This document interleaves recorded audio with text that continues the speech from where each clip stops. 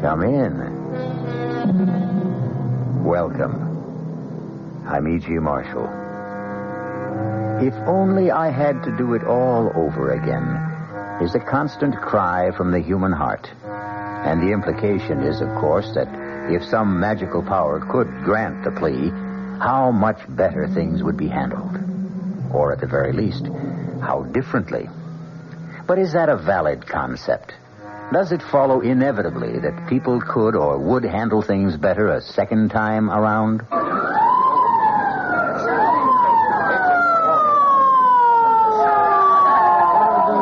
Brain injury, boys. Handle with care. That's it. Nice and easy. Keep him flat on the cart. How is he, Doc? Still breathing, Sergeant. Touch and go. You want to stay with it as we take him in? You don't seem to know what it is. What's he saying? Search me. Could hold up a minute so I can hear what he's Not trying a to second, Sergeant. Anything this guy has to tell you will be after he's operated on, not before. If then. It was Sounds like he's talking with someone. Asking for something. yesterday. There, something about yesterday. What this baby ought to be worrying about is tomorrow.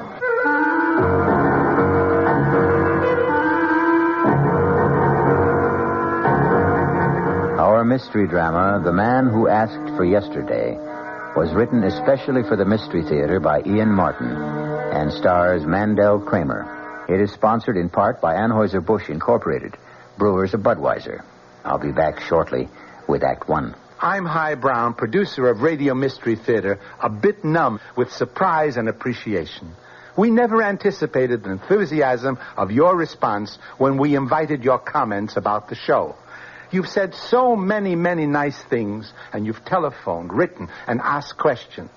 It's those questions, though, that pose a problem. The volume of mail has been so tremendous, over 75,000 letters, and still coming in, that it's going to take time to sort through all of it and find the letters that call for specific answers to questions. But the prize drawing is over, so if you'll send in that question again, we'll try for a prompt reply. Write Mystery Theater, Box 5152, Radio City Station, New York 10019.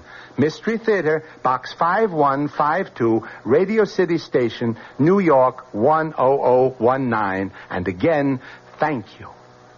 This is WOR, New York, your Mystery Theater station.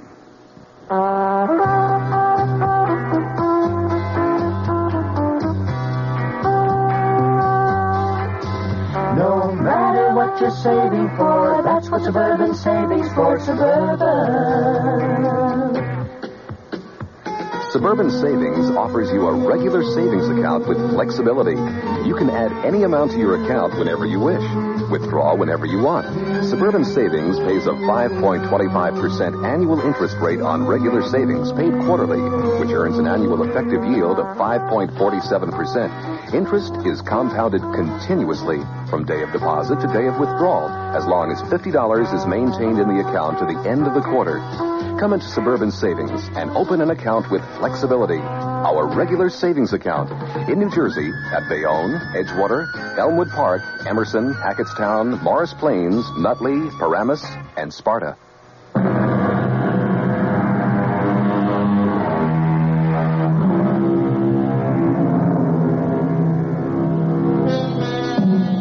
An almost always misquoted quote by an obscure poet is the theme of tonight's Spine Tingler. Backward, turn backward, O time, in thy flight. If you haven't spotted the misquote, I'll clear it up for you later. Concentrate first on the fascinating problem of a man with fatal brain injury who still finds time to talk to himself. Are you taking him straight to surgery? No, not yet. Pre-op first. And an operating team has to be assembled. Can I hang around on the chance while he's talking to himself I can get a lead? Be my guest. But with that bullet in his brain, I doubt if even subconsciously he can track anymore. But he's still trying to say something. To who? Us? Himself? Fake daddy in the sky? I don't know. He may be louder. Oh, if you could But only... he sure ain't clearer. I'd give a lot to know if he's really making any sense or what he's trying to say. never had a chance. I should have had a chance. Somebody should have given me a chance. What kind of chance, Mort? Huh? Who? What kind of chance should you have? Well, the cards were all stacked against me. I mean, how was I to know? The cards were stacked. So? Don't you see, if I'd even suspected for a moment, if I thought that my own wife... what's the use? Don't give up yet, Mort. Look, mister, I don't know who you are, and it's like I'm wasting my breath. But I can tell you something. If I could have yesterday to live over... Suppose you could. What would you change? You'd have to know what happened to me first. Suppose you could convince me that yesterday should be lived over. Would you be willing for me to give you that opportunity? If it were only possible. Well, tell me why you'd like to ask for yesterday over again. What have I got to lose? That's quite a leading question. One you'll have to answer for yourself. Do you want to tell me about yesterday? It started like any other day. The tight pull behind my eyes, the furry tongue, the shivery feeling of insecurity. Not just because my legs and my hands were shaky, but because my mind was sticky and not quite tracked, and because I had that sick feeling that I'd failed Cherry again, that I was less than a wife should expect. Oh, crying out loud, Mort. Your alarm to wake you up. Turn it off. Oh, sure, honey. Sure. Did you have a bad night, baby? What'd you expect? With you turning and twisting and moaning. I didn't sleep. I'm sorry, honey. It's just that I'm going crazy. I don't know what I'm going to do. I thought you said your horse had to come in today. It has. 15 straight days. The favorite has run out of the money. The law of averages has got to catch up. So, today you'll win. And everything's fine again. There's only one hitch. What? To put down a bet, you got to have the scratch. I haven't got any. So, you'll borrow some. Yeah, where? Well, Uncle Joe wouldn't give you some. Oh, come on, Sherry. You know my partner wouldn't lend his mother a dime without good security, and I'm not even real family. Well, he always says you're like a son to him. Yeah, it's because he let me buy a piece of the business so he could have a diamond cutter's salary and work me 10 hours a day for free. I don't know why you let him get away with it. Look, it's the carrot on the stick, sweetheart. He dangles it in front of my nose every day. Like a son you are to me, Mort. Someday this is going to be all yours. I wish he'd die already. Don't get your hopes up. He's as tough as an old shoe. I got to get going. No, wait a minute, Mort. What? About the bet. If you don't want to ask Uncle Joe, why don't you borrow from a bank? Sherry, you know I've got no credit. Well, you've got the piece of the business. I've used that as collateral. Your insurance. That's tied up, too. Then you're really flat, huh? I'm up to my ears in hock. I'm worth nothing. The only thing I've got left that's worth a cent is my body, and I wish to God I had the guts to fall out a window so at least you'd be able to... Hush, honey. Don't you dare talk like... We'll work it out. You'll see. I don't deserve you, honey. Now, let's not go into that.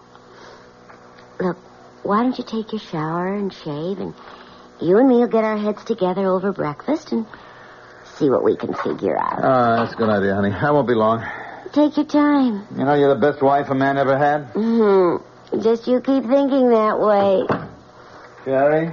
Whatever it is, it'll wait till breakfast. Now get in the shower. I thought he'd never move. Gee, come on. Take it easy. Come on. Yeah? Herb, it's me, Sherry. Hi, Sugar. Why so early? I just want to tell you we finally got a little pigeon right where we want him. Did he leave already? No, he's in the shower. But he finally admitted it this morning. He hit bottom. So do we go ahead? You know the deal, sugar. You can count on me. Then we move. More coffee, Mort? No. I wish we had more time to think. If only you'd been here last night, at least I could have slept on it. Oh, I'm sorry I was so late. But you know Marge. I don't know why you spend so much time with her. Oh, she's a good friend. And with you working the hours you do, I know. I guess I shouldn't complain. Well, never mind. Anyways, it's like I told you. Marge is a wonder with the Ouija board. And how she could have read my mind and all about worrying over you. She actually said that I was going to make a killing today? Her very words. I just got to hit a winner. Never mind Ouija boards. It's plain mathematics. So, go ahead. Make the bet. Without cash? Well, now, surely that old bookie of yours will take your check. You've been a good customer. And then you can pay him when you win. Mm-hmm. And suppose I lose? Mort, will you think positive for once? This is going to work out just right for us. I know it. All right. I'm going to take a chance, honey. I mean, what could they do if I lose? You can't get blood out of a stone. Ah, that's the way. Now, you just keep thinking positive. Yeah? Oh, Herb, it's Mort Herman. Hi, Mort. What's your action? Look, I want to get a bet down on the 4th at Jasper Gardens today. You got it. What horse? How much? The favorite. Final chance. 1,000 on the nose. But gee. That's a little steep, Mort. I want that covered. Well, it's Saturday. The banks are closed, Herb. Yeah. I mean, I don't have that much on me in cash, you know. I'll tell you what. You drop me off your personal check on the way down and you got your bet. With a real good customer like you, what have I got to lose, huh?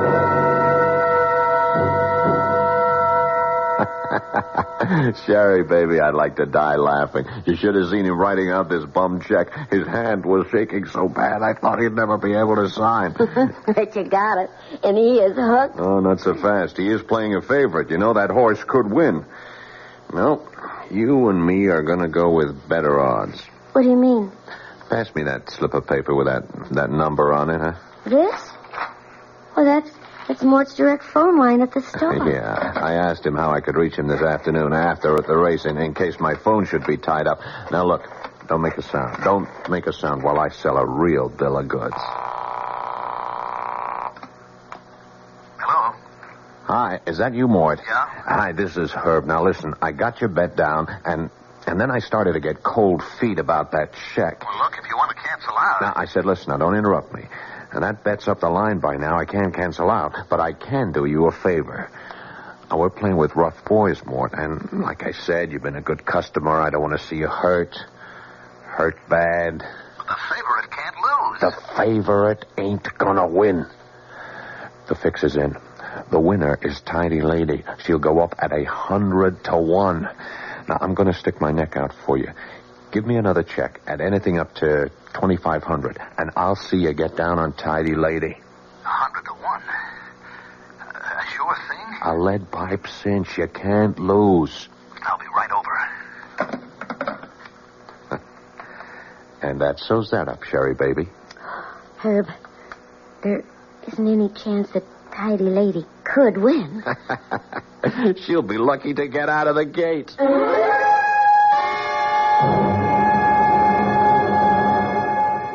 Sherry, where are you? In the living room, Mort. Sherry, the most awful thing has happened. The horse I better... Herb, what are you... How did you get here? Well, Herb's been trying to reach you at the office, darling. Oh, well, I'll just leave you two alone. Too bad it was the wrong horse, huh, Mort? Herb, what happened? You told me Tidy Lady couldn't lose. Yeah. Sorry about that. Even a bookie gets bum information. Well, let's get our business settled. I got $1,000 for you on final chance. She went off at even money. So that means you owe $1,500 on the other bet. But you said Tidy Lady couldn't lose. That's the Phillies for you. Can't trust them. And I can't trust you, Mort. can I? Now, look, Herb. You know and I know these checks ain't worth the paper they're written on. If I dropped them, they'd bounce out of sight. Now, what are you going to do to make them good? Now, Herb, give me a chance, will you? Give me a break. Oh, yeah, sure, I might, Mort, but the men upstairs, not a chance. I'm only an errand boy. These are hard cases, Mort. You better pay off. How can I? Well, there is one way.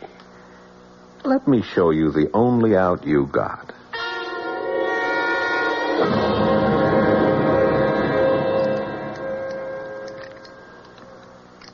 Go on.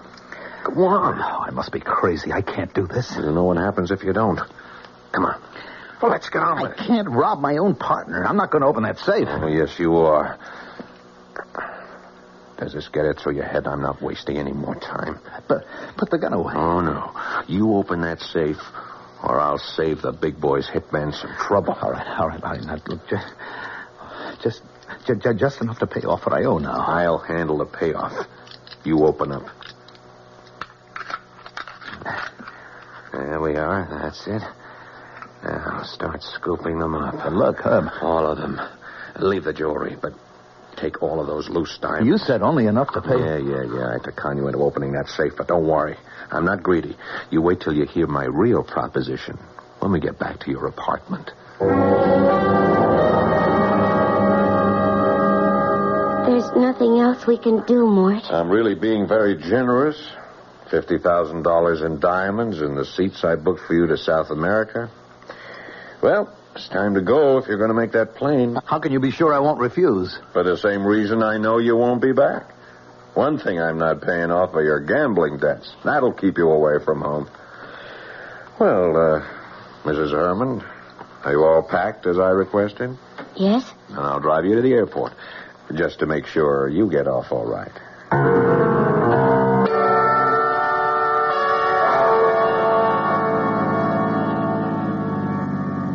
What did we come off the highway for? We're almost out of gas. Well, the airport's just across the bridge. You could have made it. Turn left here. Right here, under the bridge. There's no gas station down here. This road goes right to the river. That's a dead end. You are so right, Mort. Particularly for you. What do you mean? End of the line. But I'm going to South America. You said there were 2 tickets? Yeah. For Sherry and me. What? Didn't you ever think it was funny? My dear friend Marge never came to visit us. You mean it was always Herb and you? Sure. It takes someone as stupid as you not to guess. Where's your car, Herb? It's on the other side of the wharf, honey. But don't go yet. I'll need you to help me get this car rolling into the river. Oh, I don't want to be here. No. You're not going to kill me, Herb. You're not going to kill me. As soon as that plane is making enough racket to kill the sound of... Herb, no. Now. Herb.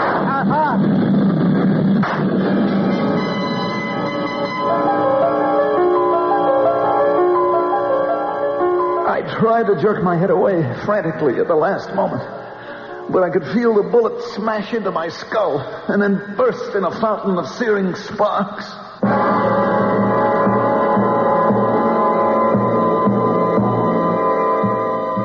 But did Mort Herman really die? If so, how could he be able to ask his mysterious partner in conversation to borrow back yesterday? Well, we'll find that out when we return shortly with Act 2. Ever see a beer drinker pour his beer real easy down the side of the glass? Maybe you do it yourself. If so, the Budweiser brewmaster thinks you're missing something, especially if you're a Budweiser drinker. You see, Bud is brewed, so it will kick up a healthy head of foam. Exclusive beechwood aging and natural carbonation make it a lively brew. Well, anyway, pouring Bud plunk down the middle of the glass helps bring out the best in that clean white Budweiser foam and real beer aroma. It also helps you get the full benefit of a taste, smoothness, and drinkability you'll find in no other beer at any price. Remember, brewing beer right does make a difference. Next time, pour that Budweiser right down the middle and see for yourself. Anheuser-Busch, St. Louis. WOR, your Mystery Theater station in New York. Hey, Ma, what's for dinner? Hey, Ma, what you got? Hey, Ma, will it be much longer? My hunger's getting stronger and I can't wait. She loves her family. She wants the best. She does all that she can do. She lets ShopRite do the rest. Hey, Ma, what's for dinner? Hey, Ma, what you got? What's for dinner? How about Armor Can Pan, 3-pound size, $3.99. ShopRite, grade A frozen green beans, 9-ounce packages, 6 for $1. ShopRite Dairy Case Homestyle biscuits, 8-ounce packages, 5 for 49 cents. She loves her family. She wants the best. She does all that she can do. She lets ShopRite do the rest. Hey, Ma, what's for dinner? ShopRite has the answer.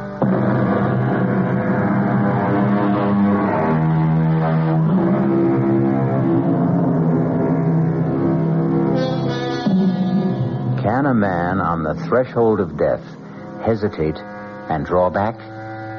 Is there for any of us the hope of a second chance?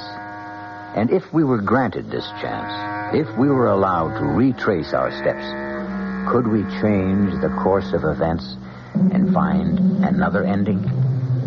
We're about to return to the story of a man who asked for yesterday. Am I dead? Not quite. You're in a hospital with a bullet in your brain. As the saying goes, as good as dead. And Sherry and Herb got away with it. Oh, it isn't fair. If I only had it to do all over again. Suppose you had. Could you do better? Of course. Of course. If I knew what I know now. Naturally. That would have to be a precondition if you're asking for yesterday to live over again. You mean there's a chance that I can? If you deserve it. Oh, please. Please, give me the chance. Can you? Oh, yes. Well, why not? I'm a bit of a gambler myself. Let's see how you can remake yesterday.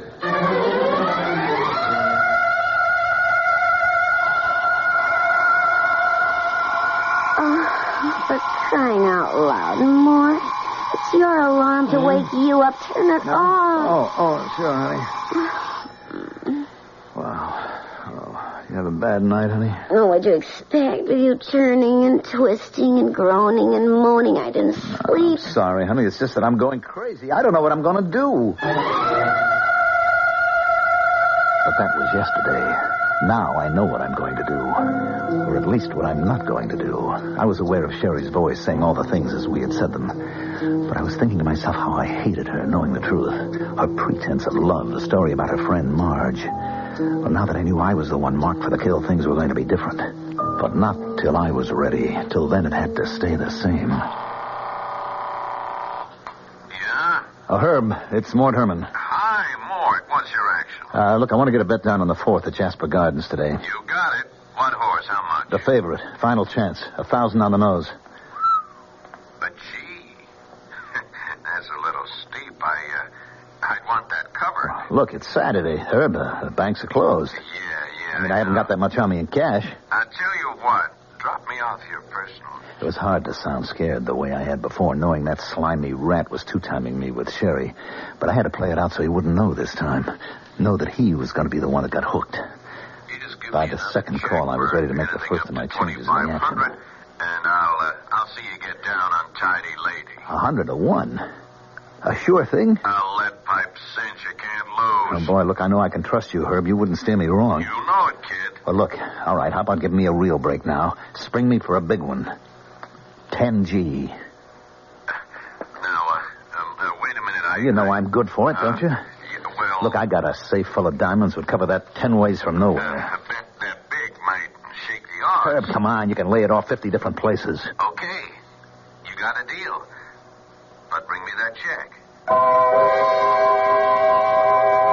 My upping the ante was a jolt for Herb, I knew. But I also knew that he had to go for it. As I wrote out the worthless check, I could just figure the conversation now going on between Herb and my no-good cheating wife. Did he go for it? Yeah. Herb, is something wrong? No, I just got a little mad is all. What? I thought I had my pigeon pegged. Small potatoes better, like Mort wouldn't dare look beyond a $2,500 bet. But he had a nerve to hold me up for 10 thou. So what's the difference? Doesn't that give you even more of a lever to talk him into opening up the safe? Yeah, but it'll run me quite a few grand more to pay off the boys upstairs. It's a drop in the bucket, Herb. There's easy $1 million in that safe. So what do you care? Yeah, I just got a little nervous, hon. That fool should balk at going through with a big caper. I wouldn't like to be holding those bum checks I couldn't cover. I don't want to end up in the river with concrete boots. Don't even talk like that, Herb. He'll cave in like plaster of Paris once he gets the notion he might be hurt. I promise you. You made the plane reservations. I went even better than that. The tickets are sitting right at home. Did you bring me his gun? I didn't want to carry it around. It's in the drawer at home. You're not going to chicken out on going all the way. Don't you worry. Because after the heist, he's got to go. He'll be the one the police figure for it. They'll be looking for him, and we don't want him found. Herb, there's no outside chance this tidy lady could win. She'll be lucky to get out of the gates. What they didn't know was that from here on in, the odds were changed. I was calling the shots. Don't worry, Uncle Joe. I'll mind the store. Yeah. I'll set the burglar alarm when I leave. Don't worry. Everything's under control. Yes, sir, Uncle. Your little boy Morty has everything under complete control. If I didn't know about that unnumbered bank account you got in Switzerland or all the blue chip stocks, I'd hate to do this to you, Uncle Joe. 22 right. 8 to the left. 31 right. 14 back. A real nephew, maybe you could have trusted, but a made-up one, you got only yourself to blame. I cleaned the safe out of everything in diamonds, just like Herbie would have made me do. They went into my pockets. It's surprising how little space nearly $1 million in diamonds takes up. Then I went to deliver my check to Herb. I'm stretching quite a point for you, Mort. Oh, I know that, Herb, but I'll be good for the check. Don't give it a thought. You and me, we're going to be rich men after that 4:30 finish. I know kickbacks. We're riding on all the suckers' money.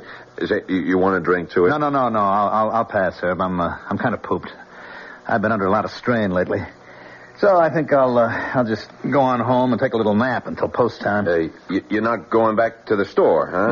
No. I think I'll just watch on TV while our jockey boots our fortune home. Well, maybe I come up and join you. We could celebrate together. Why not?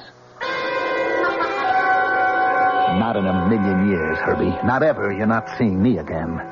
When I heard you laying off those bets that you had to guarantee personally, my score with you was all settled.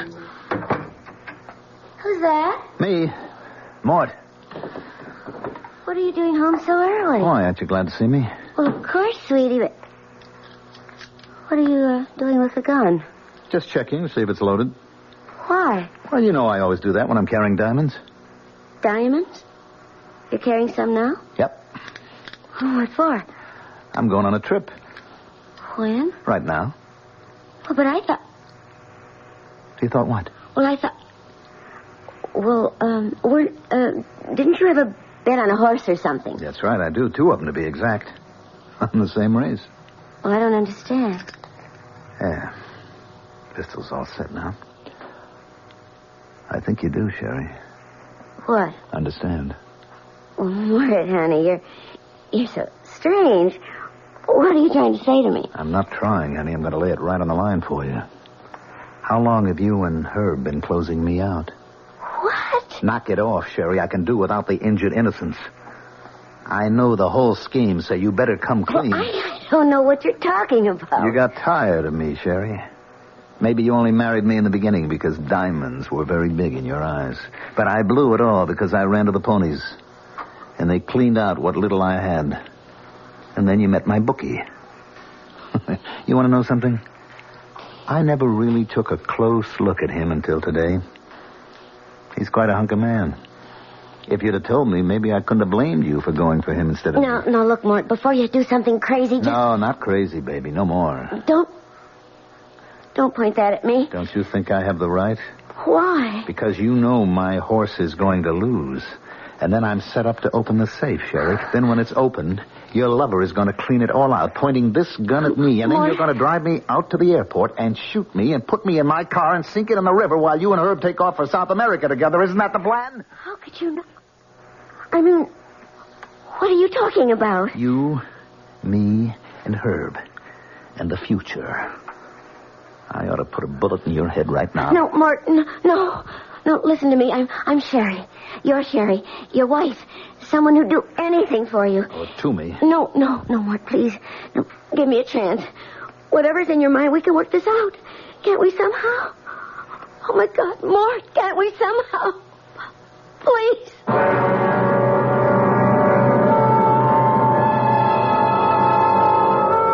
So the worm has turned with a vengeance. The biter is bit, and the man who asked for yesterday seems in full control and in command of history, with the power to change the shadow that coming events cast their shadow before. We'll see just how when I return shortly with Act 3. And now another tale of the ball and chain. As Kellogg's Special K presents the good, the bad, and the heady. Why is that cowboy wearing a ball and chain? Because carrying around extra pounds can be just like carrying around a ball and chain. How symbolic. What will it be, senor? Give me the Special K breakfast. Here you go. For a Special K, skim milk on juice and coffee. Say, don't I know you from someplace? You probably don't recognize me with my ball and chain. I used to be 10 pounds lighter, but I'm getting back that way by exercising and eating smart at every meal. Starting with this here Special K breakfast. What's so special? It's less than 240 calories, 99% fat-free, and delicious. It's going to help me get rid of this here ball and chain. I bet your horse will be glad to hear that. Another ball and chain bites the dust. Your happy ending could begin with the Kellogg's Special K breakfast. That's Kellogg's Special K. That's right. Good night. Of course, you remember the ad that said, "Follow that man, Agent X-39. The man with a long midnight blue cape and a beautiful burgundy silk lining. Send your name and address to Box 42, Aquanamanock, Wisconsin, Big Shot Division. Follow that man. Carry a Malacca cane with an ivory head. Small wonder I'm what I am today. Nothing. Operative X-39.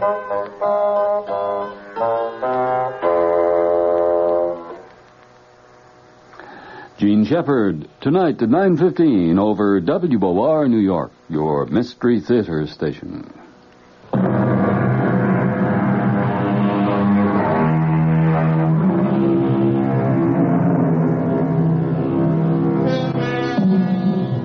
A woman has begged for forgiveness. A woman we already know deserves none. And what about her husband? A man with a miraculous second chance. Has he the humanity to be forgiving? Can he change the already preordained course of fate? In the first playing out of this particular chain of events, who was the ultimate victim? And who escaped? The answers are waiting. Please, Mort, give me a chance. I think we can work it out, Sherry, with your cooperation. Well, just tell me how. It'll be just the way you and her planned it. Except that I'll be using the other ticket that you've already reserved for South America. But what do we use for money? Just what you and Herb would have used. I already have the diamonds. We can leave immediately. Yeah, but the horse race. That doesn't matter anymore. Doesn't matter. When you've already bet Don't 10,000. look so guilty, Sherry. I'm aware that you know about that. Mort, you're scaring I'm me. also aware that the bet means nothing to me. That the horse isn't going to win. How can you know all these things? Let's just write it off to the strange fact that I have suddenly acquired second sight.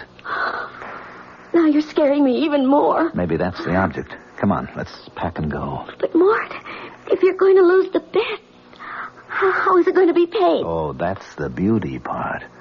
That's going to be your ex-boyfriend's problem, Herbie. But he hasn't The money? got...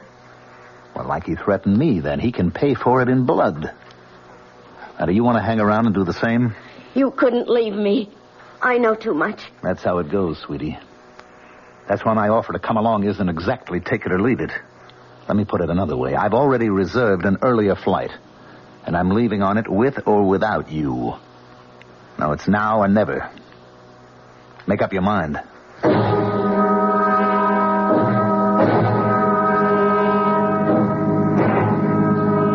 Mort? What? It still isn't too late. Too late for what? To go back. Start all over. How? Well, the race hasn't been run. I could talk to Herb. Maybe get him to call off the bets. Forget it, Cherry. The bets are down, all of them. It's too late to call anything back. What are you slowing down for? We need some gas. We must have enough to get us to the airport. We're right at the bridge. Oh, I wish you could know how familiar this conversation sounds. Why are you turning off? We have an appointment right below the bridge here. You're scaring me again. Mort, what is it about you that... Maybe I've become the agent of fate. The what? It's finally catching up to you, Sherry. I don't know what... Mort, don't turn left here. This is a dead end. It ends at the river. I found that out once. Well, Mort, I think you're crazy. Mort, let me out of here. Oh, no, sweetie. I can't do that. A coffin is a coffin, no matter who the corpse turns out to be. What do you mean? You and her planned for it to be me. I've just revised the plan. Put that I've gun decided away. the only one that really deserves to be shot is you. Goodbye, Sherry. Welcome to my grave. I forgot I should have waited for a plane going over to drown out the shot that killed Cherry. But it didn't really matter. No one heard it but the two of us. It wasn't much of a climb back to the highway, and I had plenty of time to walk to the airport. I had no baggage except $1 million worth of diamonds. And for the first time in as long as I could remember, I was free. Ladies and gentlemen, your attention, please. An unexpected total inversion due to extreme weather conditions, aggravated by a heavy smog, has caused a temporary shutdown in all air traffic. Arriving planes are being shunted to alternate landing fields, and there will be no takeoffs on all scheduled airlines until further notice.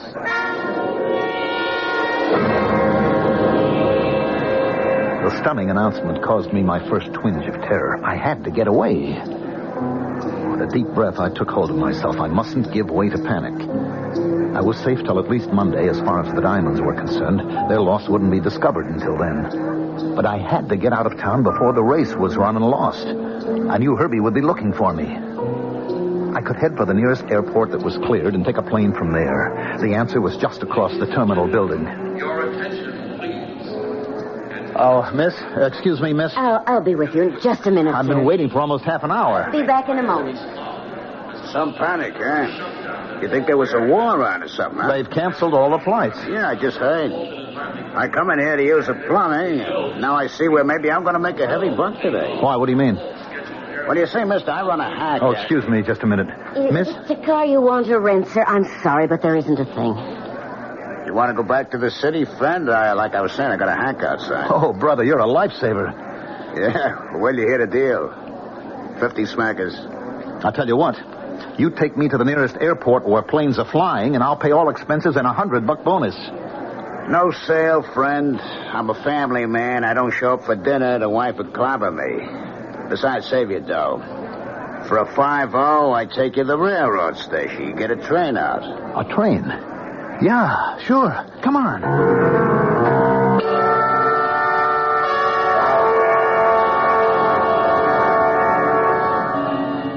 Oh, what's the matter, driver?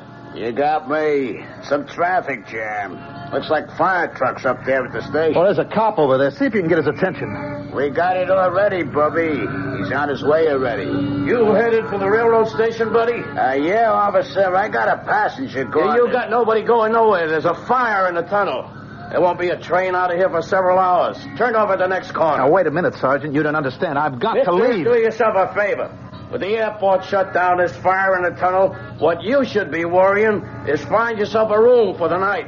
Well, the bus station. I can get a bus. That's where the laugh is on them. I mean, the business they could be doing tonight, their drivers had to pick this weekend to go out on strike. Okay, Hacky, you're holding up traffic. Move on. What am I going to do? I don't know, mister. But I'll tell you one thing. You've about used up your 50. Make up your mind wherever I drop you. It better be close. Just let me think a minute.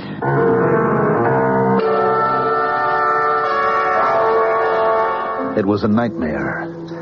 The bad dream to end all bad dreams. You know the kind. Where you have to escape, but you can only move in slow motion. Your feet are buried in mud like glue.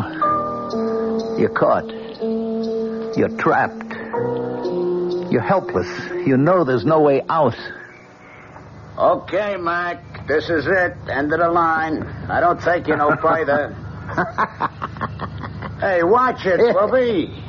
Let's not throw any fits in nothing. I already got enough trouble out of you. You don't get the joke. I ain't interested. I want you out. You know where you've stopped? Right in front of my own house. So ain't that a lucky coincidence? I brought you home. So out. This is the last place in the world I want to be. I can't get out here. Hello, Mort. I've been waiting for you. Herb. Look, Herb. Let me give you a hand out. You look a bit shaky. And don't make any sudden moves. Oh, you got your fare, Hacky? I got it, mister. Take care of your friend there. He's kind of in a bad way. All right, let's keep our hands nice and open where I can see him. And then we'll go inside and we'll have a little chat.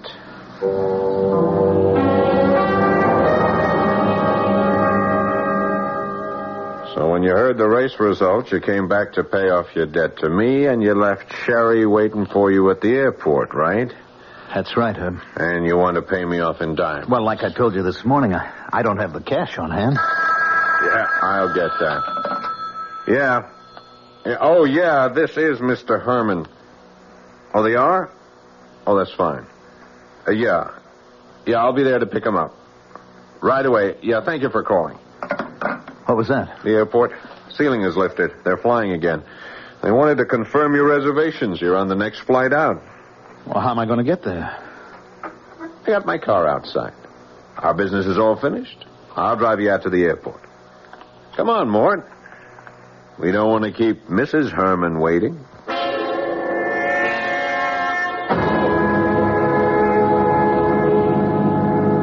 I appreciate you going out of your way like this, Herb. Don't mention it. As a matter of fact, it just fits in with my plans. What are you doing? Don't turn off here. You and I have a little final business to complete. No. Not under the bridge. Oh, you know this little spot, huh? Is that where you gave it to Sherry? What are you talking about? Come on, jerk. When I took that gun from you, I could smell it had been fired recently. When I couldn't reach Sherry, as we planned earlier this afternoon, I had to figure maybe you'd caught on about us. That's why I was waiting for you when you got home. What did you do with her, Mort? I don't know what you're talking about. Sure you do. Come on, get out. Now, give me your coat. Herb, please. Please. Coat, jacket, pants. I want all the diamonds. Herb, please. Did you give her any chance? What did you do, shove her back in your car and roll it in? Look, she had no right. Okay, you forget it. Now, you just drop those clothes and walk to the edge of the pier. I wish I had a car to bury you in. But I'll take my chances on the tide. Move! It didn't make any difference. It all turned out the same, didn't it, Herb? I don't know what you're talking about. But by me, it comes out even. Goodbye, Mort.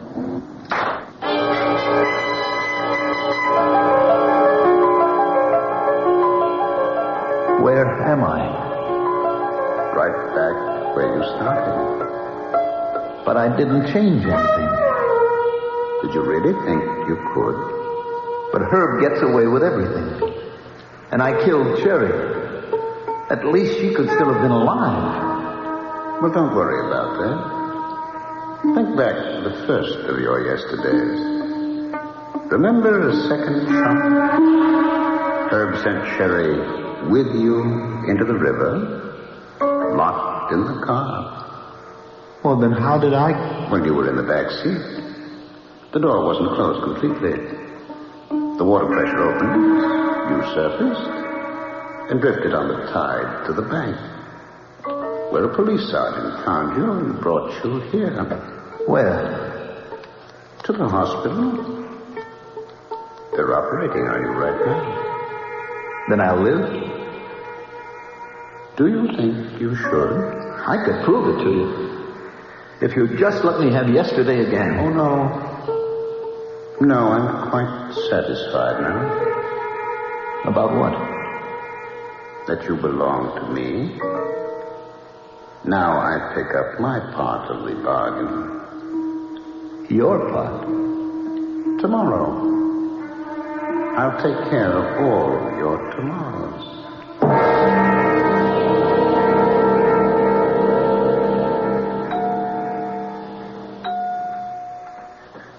Your man just died on the operating table, Sergeant. You can go on home. Catch some shut-eye. You kidding? I just got a new headache. Know that cutoff by the bridge to the airport? Yeah, the one that goes down to the docks? Yeah. Guy coming up from there got creamed by a trailer truck. Killed him.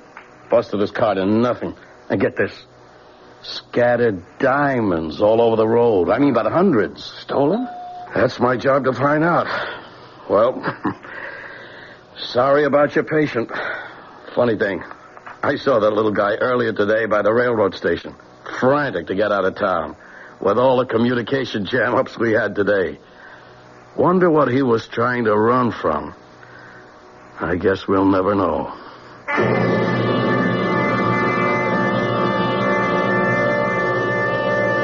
But we do, even if the sergeant never learns. And we also know it caught up with him. He was a weak little man, and a scared little man, and a stupid little man. None of which is any excuse. Mort Herman got exactly what he deserved. I'll be back shortly. John Wingate here, and a reminder, if you're only getting 400 yards to a gallon of gasoline, may I make a suggestion? You can drive around this weekend in your own backyard. You can take it to the car wash and drive back if you're getting 400 yards to a gallon, okay? Seriously, on the Wingate News Digest at 10 o'clock tonight, a big man of the Auto Club of New York will tell you if you're headed for the Poconos, for Rockland, for Westchester, for the Hamptons, watch out. Gas is dry all over the city. Another special tonight. A major home heating oil distributor says you're in luck. The price is going down. And he doubts the entire shortage. Doubts it, and he'll tell you why. Then later, someone you don't know, a 16-year-old. What he thinks of, quote, the energy crisis, of Mr. Nixon's speech, of everything. What ambitions, if any, for a 16-year-old kid in New York. Wingate News Digest, tonight, 10 o'clock, WOR. This is WOR New York, your Mystery Theater station.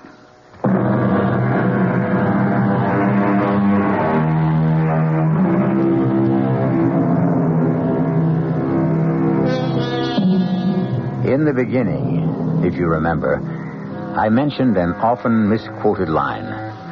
Backward, turn backward, O time, in thy flight. It was written by a lady named Elizabeth Akers Allen, and the misquote is one word. Not thy, it's your flight. But the preposition is of minor interest. It's the adverb that really matters. Backward.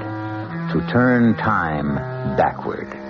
One of man's dreams since time began. An idle dream, as we know now, because even if we could, in the end, it turns out just the same. Our cast included Mandel Kramer, Paul Hecht, Evie Juster, Ralph Bell, and Gil Mack. The entire production was under the direction of Hyman Brown. And now, a preview of our next tale. You'll have to believe me that Leo won't give me a divorce. Don't you see how easy it would be to take his place? Yeah, fine, but what happens to him? Well, that's the problem, isn't it? Yeah, that's the problem. I thought maybe you could think of a way out. Yeah, I can, but I don't like it. Try it on me. No, I think you've already tried it on, and you like it. Maybe. Not maybe, positively. That's what you wanted to lay on me when you said you wanted to talk. You're not only sexy, but you're smart. Yeah, you bet. Smart enough to stay away from murder. Well, who said anything about murder? I did, my lovely. I did. I said murder. Radio Mystery Theater was sponsored in part by the Kellogg Company, makers of Kellogg's Special K cereal. This is E.G. Marshall inviting you to return to our Mystery Theater for another adventure in the macabre. Until next time, pleasant dreams. The WOR Mystery Theater was brought to you by ShopRite Supermarkets, where you get a lot more for a little less, and by Suburban Savings, with offices throughout North Jersey. The preceding Mystery Theater program was furnished by the CBS Radio Network. Here now, a short scene from tomorrow night's thrilling tale on the WOR Radio Mystery Theater. You look exactly like my husband. A dead ringer. Here, take a look at this picture. Hey, that's scary. I didn't know two guys could look this much alike. How would you like to be my husband? No way. I like being who I am, Al Grissom. But don't you see how easy it would be to take his place? Yeah, you bet. But it's easier to stay away from murder. Well, who said anything about murder? You did, my lovely. And my answer is no way.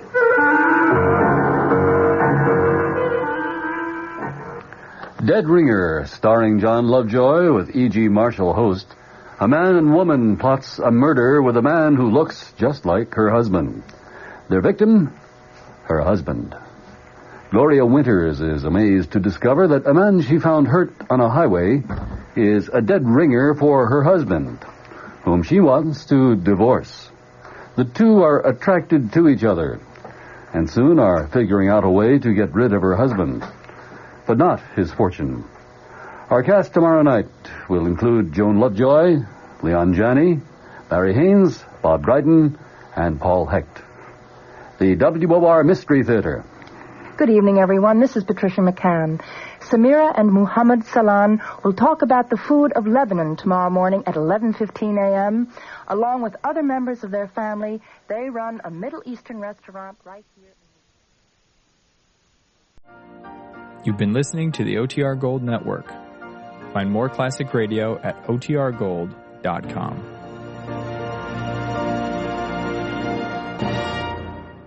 CBS Radio Mystery Theater presents...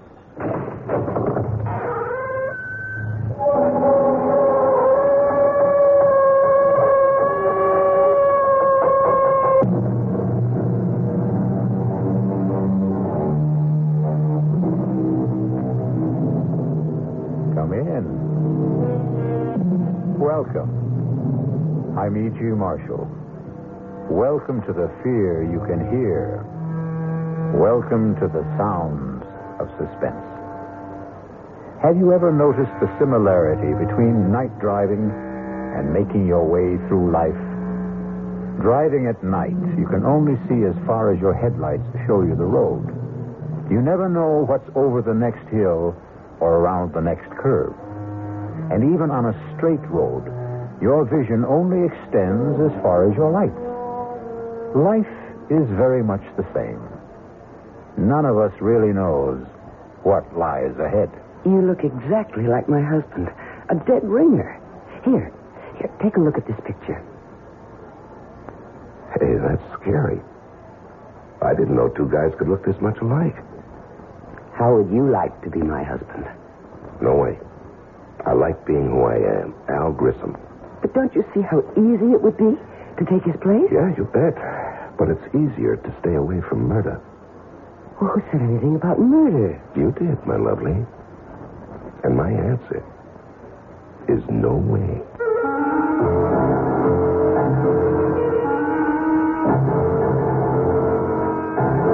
Our mystery drama, Dead Ringer, was written especially for the Mystery Theater by Murray Burnett and stars Leon Janney. It is sponsored in part by Anheuser-Busch Incorporated, Brewers of Budweiser, and by the Kellogg Company, makers of Kellogg's Special K cereal. I'll be back shortly with Act One.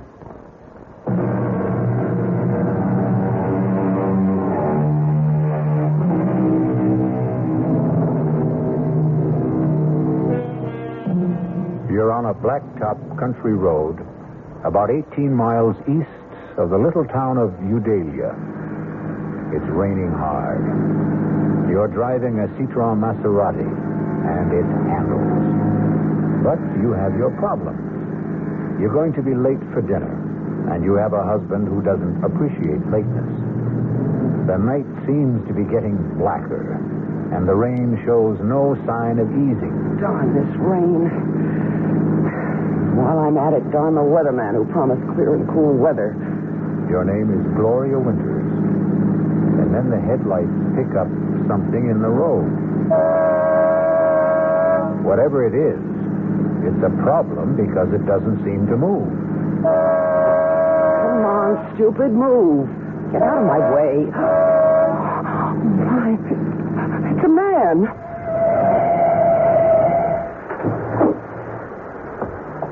What happened? A car hit me and drove off. Thanks for stopping. That's okay. Well, a lot of people didn't. Do you think you can make it to my car? Yeah, with a little help. Okay. There we go. That's it. Steady now. Yeah, I guess I better. Just here. Just slip into the seat. Yeah. There you go. I'll close the door and come around the other side.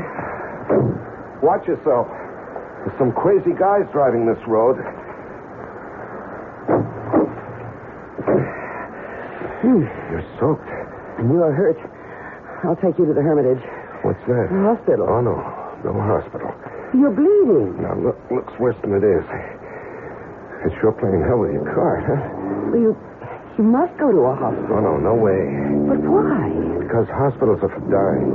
Oh, that's crazy. That's what everyone tells me. Well, I don't care what Look, I can't ever thank you enough for picking me up, but I have this thing about hospitals. But you I promise you, I'm not going to die. Okay. Where to?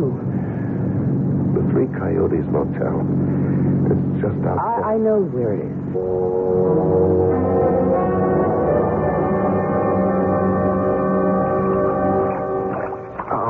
No, come on. Just put your head on the pillow and don't be a baby. You're some dynamite kind of good Samaritan. Well, I have a right to see what you look like under all that dirt and blood, haven't I? No argument. This may hurt. Oh. There. Well, now you're beginning to look like you have it perfectly. It's that bad, huh? Oh, no. It's nothing. I just thought of something. Like what? You look exactly like my husband. But I mean exactly. You could be identical to him. You don't believe me? No, I believe you. Well, that's why I got such a shock when I cleaned you up and got a good look at your face in the light. You're a dead ringer for Leo. Oh? Why does that shake you up? Leo and I are having our problems. Isn't everybody? I suppose. I'm just wondering... Yeah? Well, I'm wondering what you were doing walking down Route 38 in the rain at 6:15. I missed the bus. There's no bus on Route 38. Oh, I didn't know that. I did. Okay, I suppose you've got a right to know the story. I live in Chicago. I'm a market analyst. Come again? I advise my customers about what to do or what not to do in the stock market, sort of a security specialist.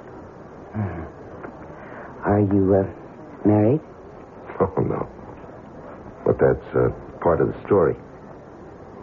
Years ago, I fell in love. She was from Chicago, too, but it didn't work out. You've heard the story 100 million times. You met someone. We said a sentimental goodbye. She cried. I felt sick, and we made the usual commitments. If she ever needs me, you know. Romantic. Mm-hmm. Romantic. Well, the day before yesterday, I got a call from her. She was living near Eudalia. She was in trouble. What kind of trouble? Well, it was private. And there'll be no names. Okay. So I came. Naturally, she didn't want her husband to know. She didn't want my car to be seen by the neighbors. Well, you know how small towns are. Yes, I know. So I let her call the shots. She picked me up, drove me somewhere close to her house. She was supposed to drive me back, but her husband had called and said he was coming home early. Well, where was he supposed to be? He was on a business call that would have kept him from getting home before 9. So our appointment was cut short. She panicked, and I walked, trying to thumb a ride. This weirdo came along, and pow. And you found me. What a difference. What a difference. You look like Leo, but you were completely different. Leo wouldn't cross the street to help a blind, crippled kid find his crutch. While you... And you stopped and picked up a stranger lying in the road. Well, I told you that Leo and I don't get along. But you married him. I didn't know what it would be like. Anyway, what are you going to do now? Oh, I'm going to change motels and lie low until I can go back to Chicago without having to explain the way I look. What about the girl you came to help? No, that was a bad scene. No, nothing I can really do for her. She has a decision to make. So have I. Will you help me to make it? If I can. Oh, you can, Al. You can. In a very big way.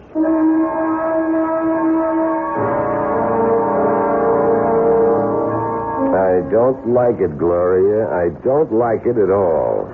You have been saying that for a whole week, Leo. When's he going back to Chicago? When the scars heal and nobody will ask questions. How about the name of the girl he came to help? He won't tell me. I don't like it. Oh, Leo, trust me. Why? Because I'm a woman. If you could give me one good reason. I've given you 1,000,000 reasons. $1 million. Al is the man who can do it for us. You really believe he's leveling about the securities market in his background? Maybe he's conning you. Why? Take a look in the mirror. All right. Suppose he is playing me for a sucker. And we're still all right, maybe even better. Just trust me. Do I have a choice? You always have a choice. Don't ever forget that. You made one the day you married me.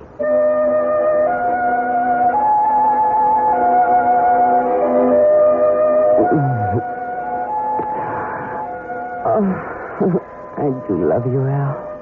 Me too. No. We have some serious Come things. here. Come on, now, be serious. We can't go on like this. What? Isn't that what you were going to be so serious about? Tell me that we can't go on like this? Well, yes. How did you know? Oh, because people are more predictable than the stock market. And, darling, I've studied the market and I know its moves. Okay. And continue. With what? What else I had to say? Oh, it was going to go something like this. I told you I was fed up with Leo, and until you came along, I just didn't see any way out, but now... You're doing super. Go on. But now, if we love each other, I can divorce Leo, and we'll get married and live happily ever after. Right? Not exactly. Where'd I go wrong? On the divorce. You don't want a divorce, Leo? I know Leo. He'd never give me a divorce. Does that matter? Well, a woman wants a little security. Hey, with your looks, you don't have to worry about that. Looks don't last forever. Well, nothing does. Some things do. Okay, name one. Death? You know, I never met anyone like you. Not even that girl you came out here to help? Not even her. And you have no parents, no relatives. Nobody except yourself. Just me and my shadow. We've talked a lot about Leo. You've never seen him. And I don't want to. I'd like you to look at this picture of him. Hey, that's scary. I didn't know two guys could look this much alike. I told you. Yeah, but... You thought I was laying it on for your benefit. I guess. And now? I I believe you couldn't tell us apart. I guess this was in the back of my mind ever since I first saw your face. What was? How would you like to be Mr. Leo Winters? Oh, no way. I like being Al Grissom. Don't you see how easy it would be to take his place? Yeah, fine, but what happens to him? Well, that's the problem, isn't it? Yeah, that's the problem. I thought maybe you could think of a way out. Yeah, I can, but I don't like it. Try it on me. No, I think you've already tried it on, and you like it. Maybe. Not maybe, positively. That's what you wanted to lay on me when you said you wanted to talk. You're not only sexy, but you're smart. Yeah, you bet. Smart enough to stay away from murder. Well, who said anything about murder? I did, my lovely, I did. I said murder. And I also said no way. But that's stupid. You don't even know Leo. You're really serious about trying to get rid of him. Oh, think of what it would be like. Mr. and Mrs. Leo Winters, you and me, happily married for the rest of our lives. Now, you jumped about 3 tracks in a couple of miles. You're too far down the road. Why? How did you get Leo to let you come and see me? Did you tell him we were playing backgammon or chess? Well, you know how greedy he is. He thinks that you're going to make him a lot of money with your connections in the Chicago markets. But we've still got a little problem to solve about his departure. Ah, then you're interested. Lady, if I hadn't been interested, either you or I would have been long gone from this room. You must have been thinking about this for some time. I have. And you must have come up with some ideas. I have. Well, I'd like to hear them before I commit myself. You will. But I promised Leo I'd be back at 3:30 sharp. That doesn't give us enough time to discuss it now. No, but it does give us enough time to... Seal the bargain?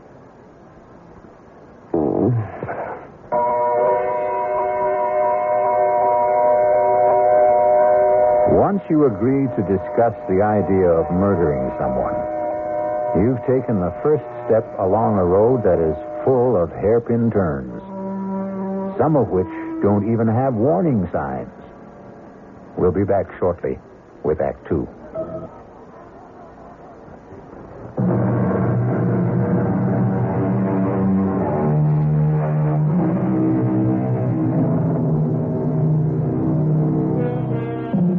It's me again, and we're talking about murder. That is, we're not talking about it, but Gloria Winters and Al Grissom are trying to arrange a murder. It isn't a simple task, as you will hear. No, hiring a killer is just setting yourself up for big trouble. Well, do you have any better ideas? No, not yet. You'd better come up with one, because Leo's getting suspicious. Oh? You don't have a gun. Now, we've been through that. Well, you could buy one. And it can be traced. Not if we get rid of it afterwards. Gloria, I know the way the police operate. When a husband gets knocked off, the first one they check out is his wife. And statistics show they have a better than even chance of being right. But I'm going to say it was a prowler. Now, what makes you think they'll believe you? Hey. I've got it. Why didn't I think of this before? The same thing that happened to you before, only this time it'll be fatal. Hit and run? Of course. You know, the more we talk, the more I'm beginning to think we ought to forget about the whole thing. No. All right. What car are we going to use? Well, we'll rent one under a false name. Mm-hmm. And who's going to rent it? Well... Now, you see, the guy who rents either one of us a car will remember us. And even if we give a false name... But why should they be worried if they get the car back? Because the hit and run will be discovered. They'll start asking questions. Well, I'll be home with a friend as a witness. No. Hit and run is a crime. They'll go looking for the driver of the car, and that has to be me. No, I don't like anything we've come up with. And we've got to stop thinking about murder. Now, the cops are going to be looking for somebody and continue to think of more than an accident. Hit and run isn't natural. Nobody's going to dig much into what looks like a natural death. If we could get a doctor to sign a death certificate, we'd have it made. I know a doctor. Oh?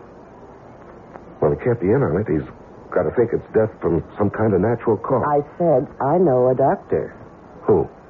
His name is Carmody, Hugh Carmody. He's about 85 years old. He's our family doctor. He was my mother's doctor when I was born. Is he still practicing? Well, not really. But he refuses to give up the families he's treated for years. So he still looks after me and Leo, sort of inherited him when we got married. Mm-hmm. An idea? Just a glimmer. Would this doctor believe you? Oh, of course. Come on, let me in on it. Okay. What do you know about poisons? Practically nothing. Yeah, well, that makes us even. Now, what we need is some kind of poison that looks like he died of a stroke or a heart attack or maybe some kind of food poisoning. Mushrooms. What? Toadstools, mushrooms. They're poisonous. Yeah, but he's not going to eat them. He will if I cook them. You know, that might... No. He'll get suspicious if you give them to him and you don't eat them. Well, we need to know more about poison mushrooms. The library. I'll go there. Your mind? You'll go asking for a book about mushrooms and then call in this doctor to look at Leo who's just eaten some bad mushrooms. All right. I understand. But I've still got it. I'll see you later. Where are you going? To find out what I want. And nobody will ever know.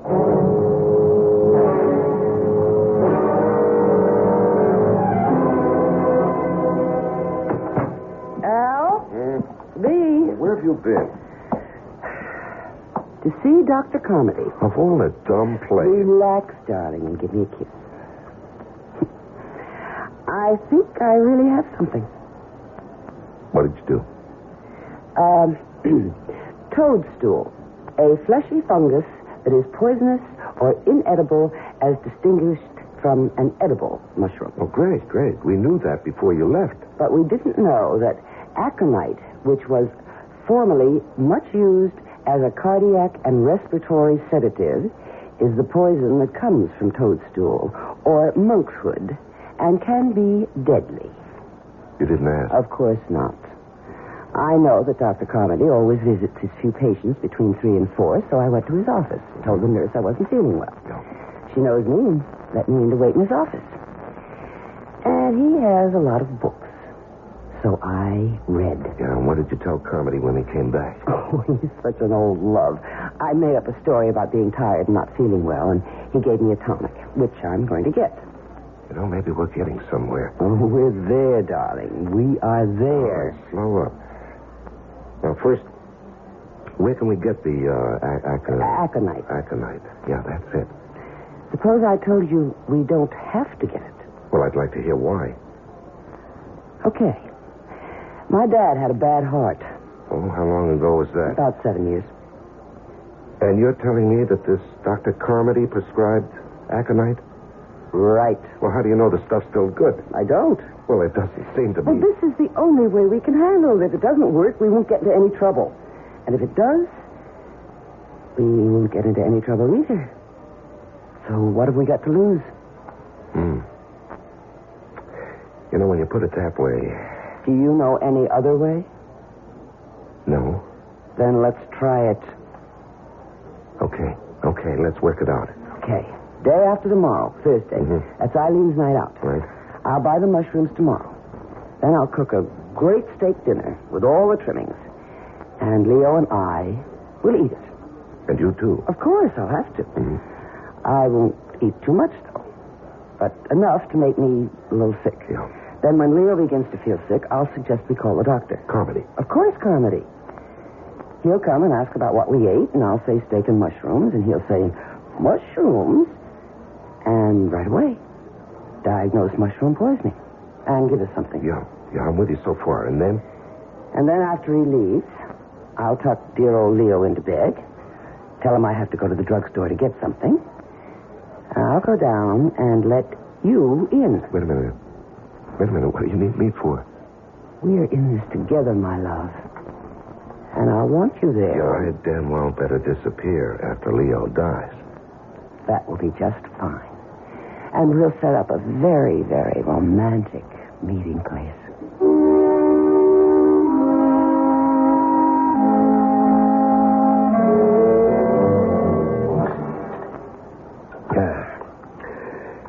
good coffee, Gloria. Thank you, darling. You really should have made that pie. I gotta watch my figure. I know how much you love it. You want to go into the den? Oh, not particularly. Look. What? You feel all right? I feel fine. You sure those mushrooms were good? Of course. I don't know. I feel kind of funny. Even if they weren't, it's too soon for them to act up. How do you know? Oh, I've known about mushrooms since I was a kid. Well, all the same, I've got pains in my stomach. Call Dr. Carmody.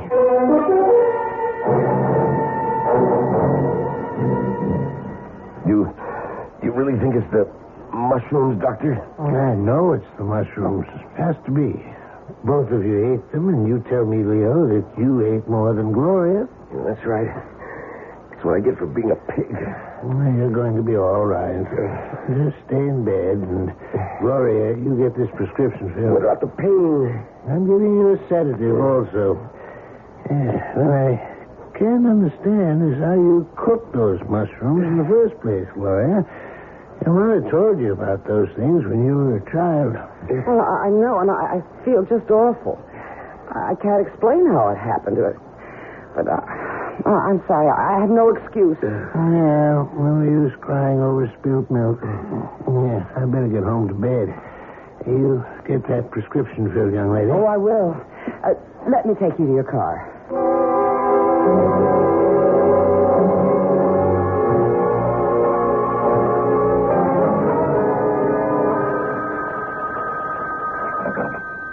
Hello? Are you ready to come over and sit with a sick friend? It worked?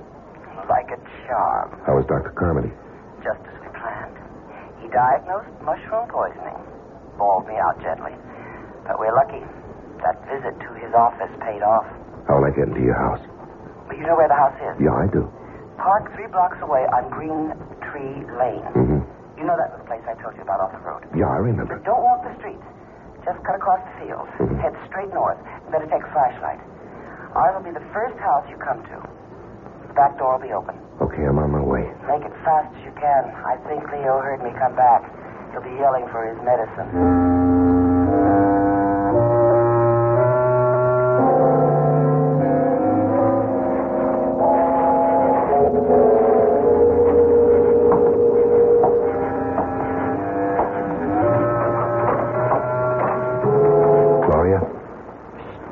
Shut the door. Okay. Did you lock it? No, that's a good idea. Here, let me. I'm waiting for the kettle to boil. Why? You don't think I can give him this stuff straight, do you? Well, why not? He's expecting medicine, isn't he? He won't taste it in his tea. He likes it sweet. And I am going to make it very sweet. There. Hand me the cup. No. You know, I could do with a cup of tea myself. How about something stronger? Oh, you got something? Oh, we're completely equipped. Oh, don't forget to wash out the glass and put it away. Don't worry. All right. Hey. That's plenty. Have to be able to walk straight. Drink as much as you want. I'll finish what you leave. Gloria! Yes, dear? What happened to the medicine? I better get upstairs. I'll be right back. Save me a drink? Yeah, how long will it take? Oh, don't ask me, Al, darling. It's the first time for me, too. This liquor tastes funny. You know, I'll imagine these things. I'd better finish before she gets back. Hey, I feel funny. I better sit down.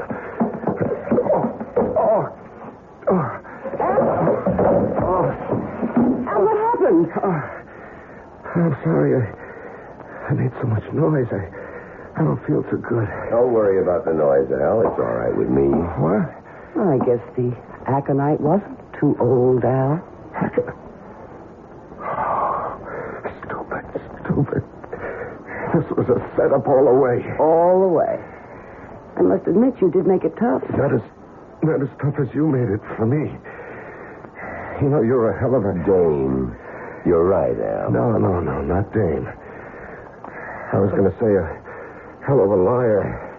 It wasn't all lies, Al. I'm expensive. And there is $1 million life insurance policy. And when I saw your face, I realized that this was just too good an opportunity to miss. There's a little something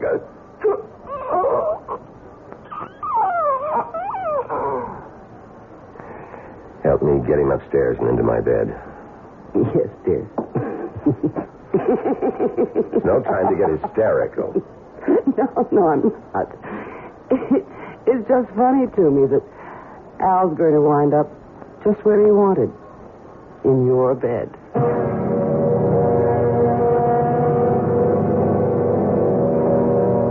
A murder has been accomplished. The happy couple, Leo and Gloria Winters, still have a way to go before they achieve their goal. But murder sometimes makes for strange and uneasy bits. You really think it's the mushrooms, Doctor? With Act 3.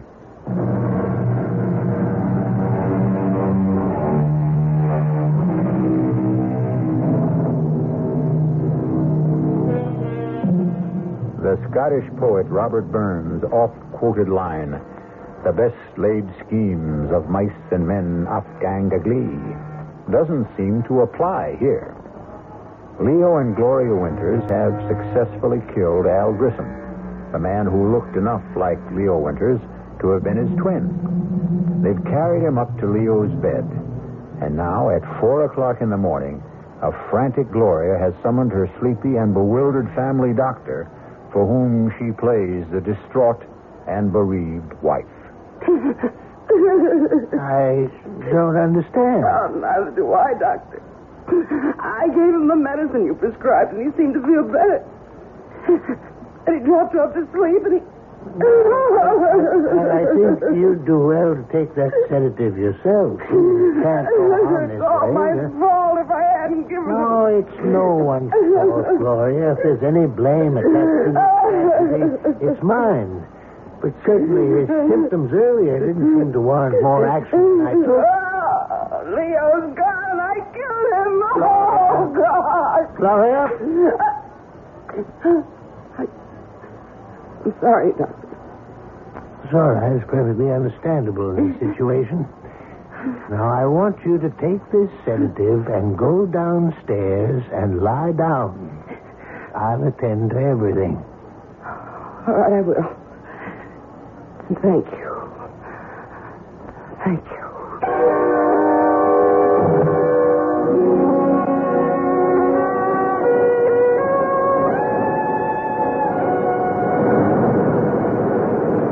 Gloria, have I ever told you how clever you are? Not more than 1,000,000 times in the last week. That's an exaggeration. So I love you. You should. Without me, would we be here on Riviera and Pratt, living the way we've always wanted, with $1 million, and the whole world waiting to see that we enjoy ourselves? Do you think we can ever go back to the States? Well, I don't want to. Do you, Leo? Much to Leo. I'm sorry.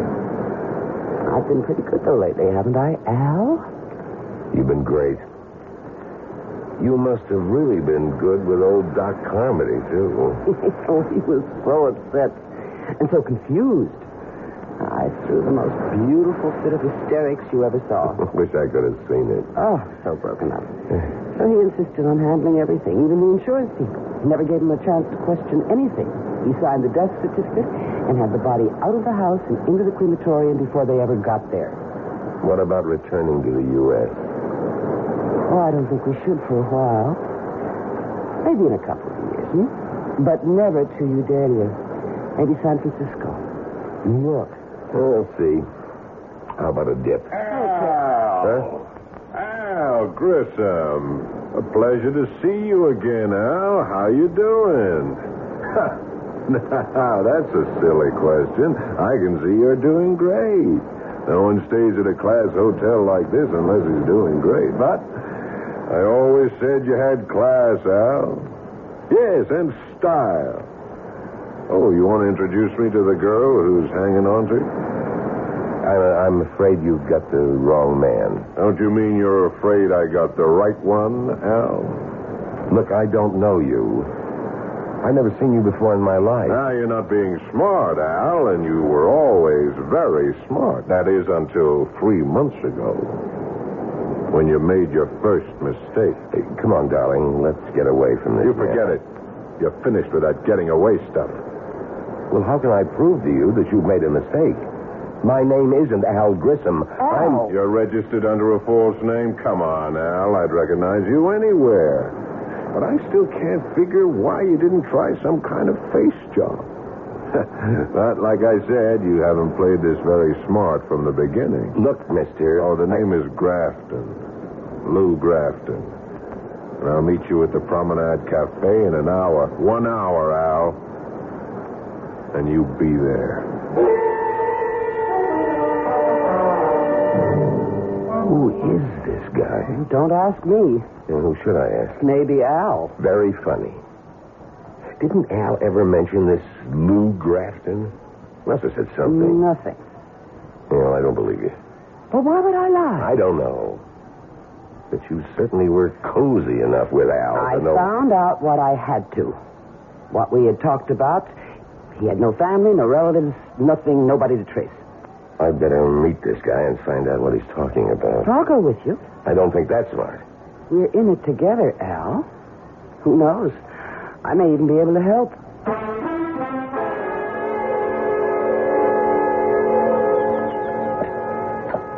Glad you could make it, Al. Sit down. This is Gloria. Nice meeting you again, Gloria. Tell her you'll meet her in a little while, Al. She's in on this. On the whole deal? Yes. You certainly changed, Al. You never put a dame on the spot before. On the spot? Oh, well, look. All I meant is that she's with me. You've made a mistake, and I don't even know what you're talking about. Darling, why don't we listen to what he has to say? Smart. Al, this is the only time I'm going to go soft. The only time. Well, because we've known each other so long, and... well, because we didn't pull it off the first time. Now, I've talked to John. I got him to agree that if you give us the whole take, we'll forget about what happened. The whole take? The whole $2 million, Al. All of it. Well? Yeah, I'm trying to think. What's there to think about? What's your alternative? You going to try to run again? You know we'll get you. You've seen it happen 100 times to other guys who've tried to cross us. Now, you just tell us where and when we can pick up the cash. And just thank God that I could make the deal for you. It isn't all that easy. What's your problem? It's no use. You wouldn't believe If you got a problem, you know we can help, but don't give me any fairy tale. Any time. For what? To think. There's nothing to think about. Well, from what you say.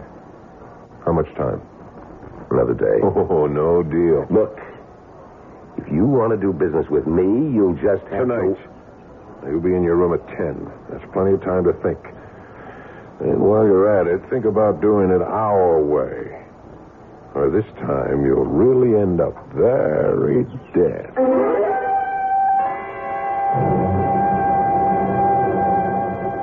$2 million. That's a lot of dollars.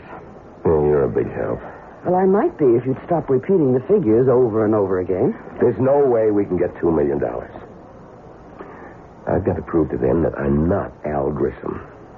Then they'll leave us alone. And how do you do that? Of course. Fingerprints. I'll have absolute proof. Even those guys will leave fingerprints. And who's going to tell them? You? No. I've got to arrange somehow for the police to send my prints to Washington or somewhere. And the police will get word back that these aren't the fingerprints of Al Grissom, but really the prints of a man named Leo Winters, who supposedly died 1 month ago and whose widow collected $1 million in life insurance. You're right.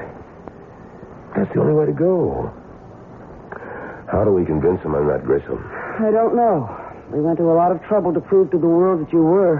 Who was this Grissom? He must have been awfully big to get into a deal like this. I think he must be calling you. Me? Who else? I don't want to answer it. Well, that's not smart. They know we're here. Now, don't start talking like Grafton. Hello? Al, it's me. What do you want? Al, I was wondering whether you'd made up your mind. Not yet. It's 9 o'clock. You said 10. I did, but John's not happy. What do I care about John? You should, Al. After all, he's got a real legitimate beef. You worked for him for years. You were always clean. You took the hot stocks and you cashed, and you made money, and so did we. But I guess the $2 million got to you. Look, I've got some more thinking to do, and I'll see you at 10. Well? I know who and what Grissom was. He took hot stocks and bonds and cashed them, and then turned the cash over to... The boys? I suppose you could call him that. Does that help any? A little. Maybe. How? At least we know what they're after. If there was some way we could trap the... Some way to fool them. Well, suppose there were. Then what? I don't know yet. And play along with me when Grafton comes up at 10.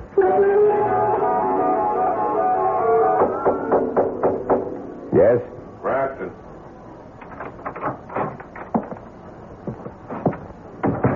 You finished thinking? All finished. And? I'll go along with you. Now, why couldn't you have told me that this morning? You had to get John's blood pressure up. Forget John. I told you I had problems. And I told you it would help. I don't have the $2 million with me. We never figured you did. Where is it, Chicago? I'll pick it up. When? As soon as I can. Would you stop playing games? When? It's back in the States. Okay. Now, you'll get the next plane. Now, not so fast. It's somewhere in Udalia, and I can't go back there. Why not? A little something. The cops might want to talk to me. About what? About a girl I visited there, and an old friend. What's wrong with visiting an old friend? Nothing. If you don't get caught by her husband and get into a fight, beat him up, and he calls the cops. That's not much of a rap. That's right. But you don't want to see me in jail. Yeah, you got a point. We'll pick up the dough. No way. Why not? We're going to get it anyway. You're going to get it. But I want some assurance that I'm going to be okay. You have my word. I'd like a little more than that. Like what? That's what I've been trying to figure out. Some way I'll be sure that... Look, if you haven't figured it out by now, you're not going to. I get the plane tickets. You sure don't give me much time. We gave you time before, Al. Too much time.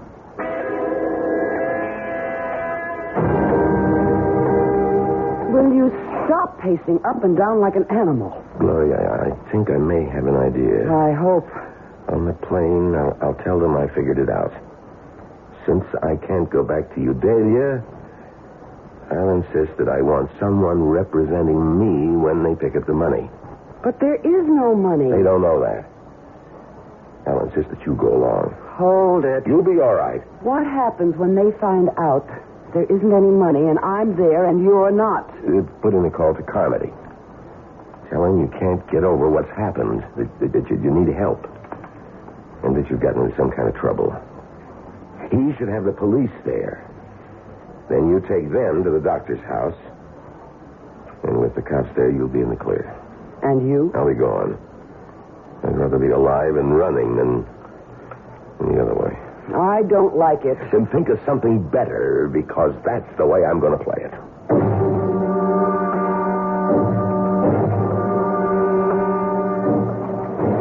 Now, Al, I know you won't get any crazy ideas at this stage of the game, but just in case you do, these two young fellas here are in our party.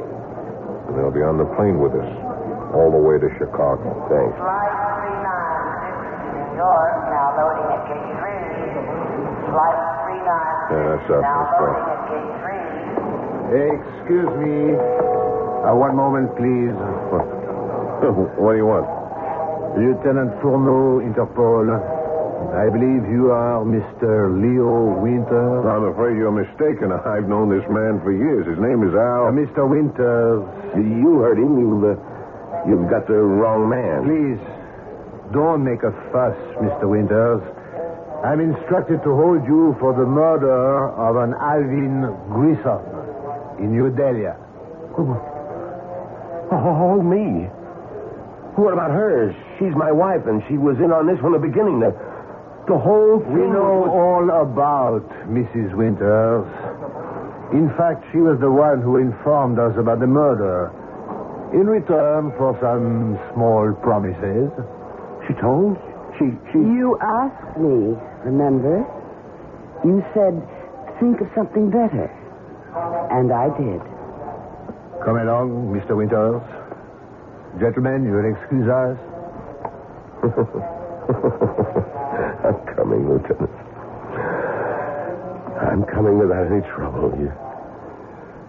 You see, Grafton, you didn't believe me.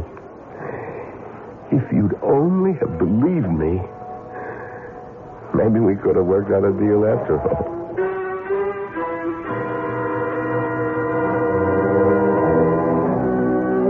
The Winters had a good plan, and it all would have worked, except for one thing they couldn't have foreseen: the bend in the road ahead, and what lay around it. I'll return shortly.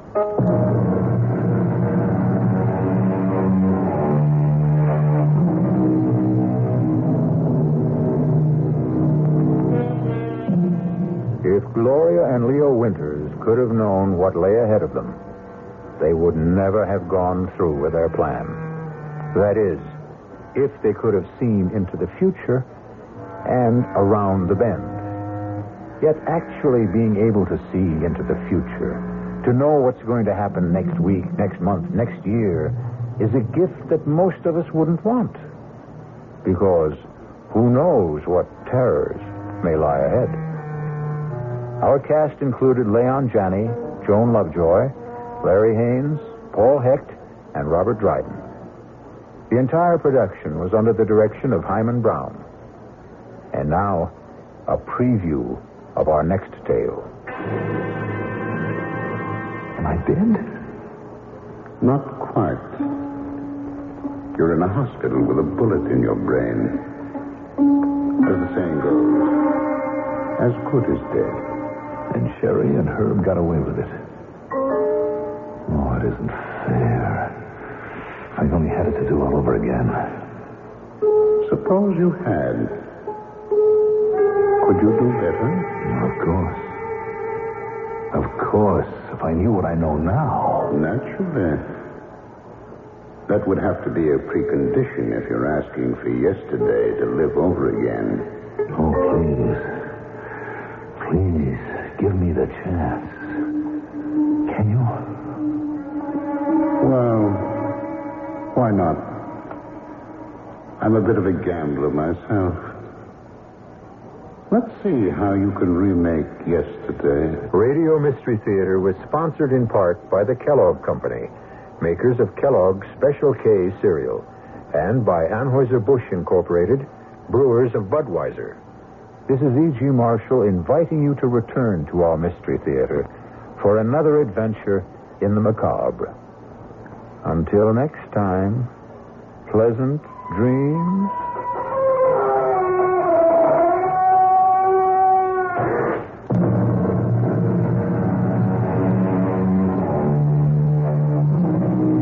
Community service is the key to great radio. This is Great Radio, WTAX 1240 on your dial in Springfield, Illinois. You've been listening to the OTR Gold Network. Find more classic radio at otrgold.com.